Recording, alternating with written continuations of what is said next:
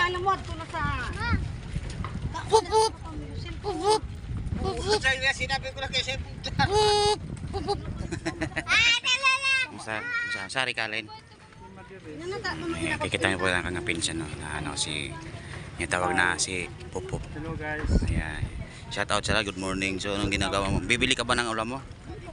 Bibili pa lang. Anong bibilin mo ulam? Yung pinaka number 1 ngayon kasi taglamig eh. Walang iba, siyempre, number 1 sa buhay, tilapia. Aray, katitilapya mo lang kagabi eh. Iba naman yun. Ay, labas ba yun? Kasi ngayon yung tilapia naman na may kaliskis. Kagaya Yeah. yung may. Bukok. So ayan, bibili siya ng ano, tilapia. So, sige na, bili ka na. Ayan, doon siya papunta. Oh. Ayan. Tindahan na bagay.